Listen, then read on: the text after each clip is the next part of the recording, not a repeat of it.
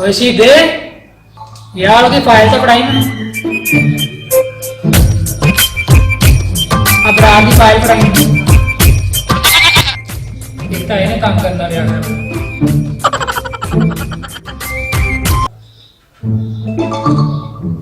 Hello जानू हाँ की आ आज सब्जी की बनावा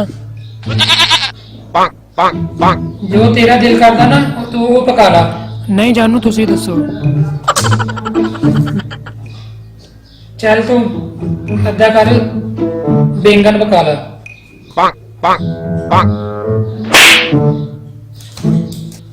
अज अन्ना काम पिया वा इनू अपने सब्जी दी पई गई है यार अपराध की फाइल तो पढ़ाई मैनू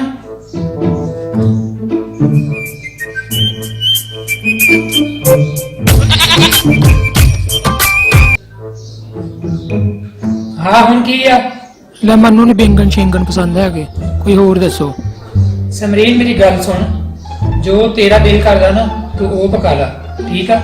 नहीं जानू तुसी दसो चल वो अद्धा कर कोफ्ते बना ला। चल ठीक है मैं कोफ्ते बना लेनी है।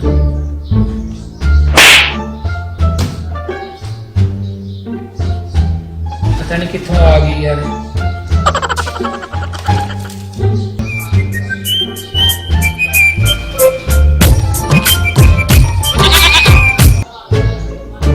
हुण की आ जानू मैंने याद आया कोफ्ते तो आप पिछले हफ्ते खाधे ने। समरीन देख मेरी गल सुन दफ्तर च मेरा काम बहुत पिया वा जो तेरा दिल करदा ना तू वो बना ला ठीक है। नहीं जानू तुसी दसो की बनावा। हुण मैनू फोन ना करी मेरे दफ्तर च काम बहुत पिया मेरा।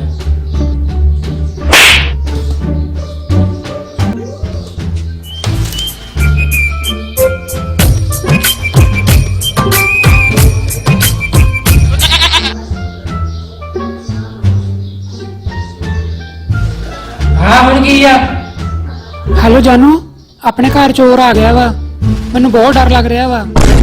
अच्छा तू घबरा ना मैं हैगा ना किथे आ चोर वो मेरे सामने आ रहा वा मैं बैठे थले लुकी हुई हाँ।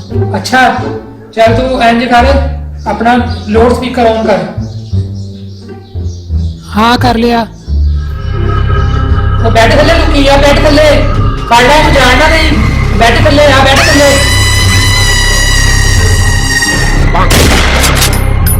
हाँ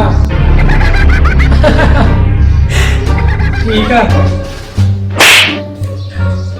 ਹੁਣ ਸਕੂਲ ਨਾ ਕੰਮ ਕਰੂੰਗਾ मैं। बोले आ बाबर की फाइल लेके आ।